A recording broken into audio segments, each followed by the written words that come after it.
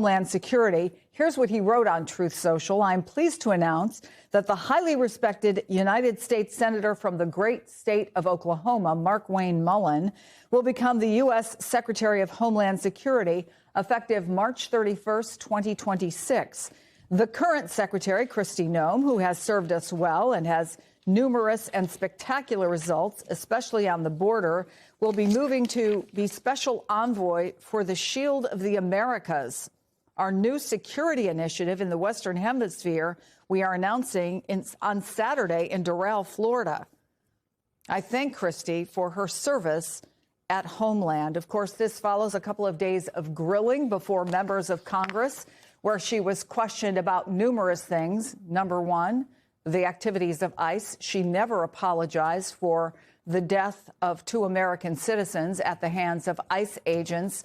And a lot was made of the fact that there were a series of TV ads made featuring her that cost a total of $220 million, which Democrats and Republicans said were aimed at raising her own profile. Well, now she is out. She is no longer the director. Akayla Gardner is at the White House for us. And Akayla, there had been a lot of push to get rid of Kristi Noem. A lot of folks who in those hearings called for her resignation or for her to be fired. What do we know about how this all came down? Hey, guys, yeah.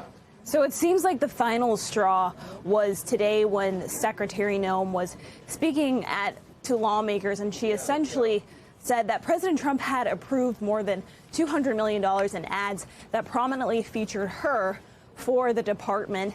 And you heard Senator Kennedy essentially saying that, according to President Trump, that was a not accurate depiction of what happened. And this is the first major firing that we've seen of President Trump's second term. He has very much staffed his cabinet with loyalists, but this also comes after we saw the deaths of Alex Preddy and Renee Good in Minnesota, where the president sent his border czar Tom Homan, and we saw Noem and one of her deputies, Greg Bovino, be sidelined there. And now she continues to face these very harsh questions from Capitol Hill. But again, President Trump making this decision, and he's announcing that Senator Markwayne Mullin will step into that position. He just did so in a Truth Social post. But he is praising Kristi Noem on her way out and says that she will be moving to become the special envoy for the Shield of Americas. Chris? Thank you for that. Let me go to Capitol Hill, where Kevin Fry is standing by. I want to play just a little bit of the grilling she got over the course of a couple of days. Take a listen. The president approved ahead of time you spending $220 million running TV ads across the country in which you are featured prominently. Yes, sir. We went through the legal processes, did it correctly, did the president know you were going to do this? Yes. He did. I'm not saying you're not telling the truth. It's just hard for me to believe, knowing the president, as I do, that you said, Mr. President, here's some ads I've cut, and I'm going to spend $220 million running them, that he would have agreed to that.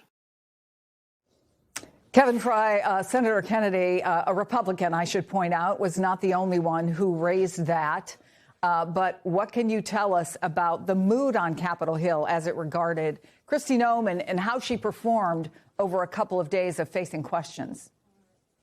I mean, there was certainly frustration. And I mean, the most outspoken of them was Senator Tom Tillis. He has a litany of issues that he had with Secretary Noem, including, of course, her handling of FEMA, the distribution of funding for Hurricane Helene recovery in North Carolina. The list went on from there. And then, of course, there has been some discomfort, if you go behind the scenes, among some Republicans about how things have been playing out with ICE in Minneapolis and across the country, in no small part because we have seen the numbers ricochet against the president, against Republicans, on his handling of immigration, which is typically an issue that Republicans have polled quite well on, and certainly the president has polled quite well on. And so there was kind of these murmurs of should she be in this position for as long as she should be, and is it time for a fresh face? Now, when it comes to Senator Markwayne Mullin, whose office I should say we're right out front of at the moment, just happened to be in the neighborhood, so we stopped by.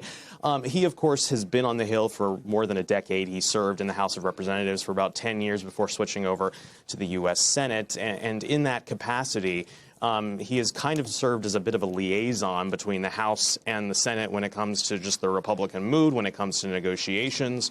And he has also been a very forthright defender repeatedly of the president in multiple capacities, including when it comes to the ongoing invasion and attack on Iran.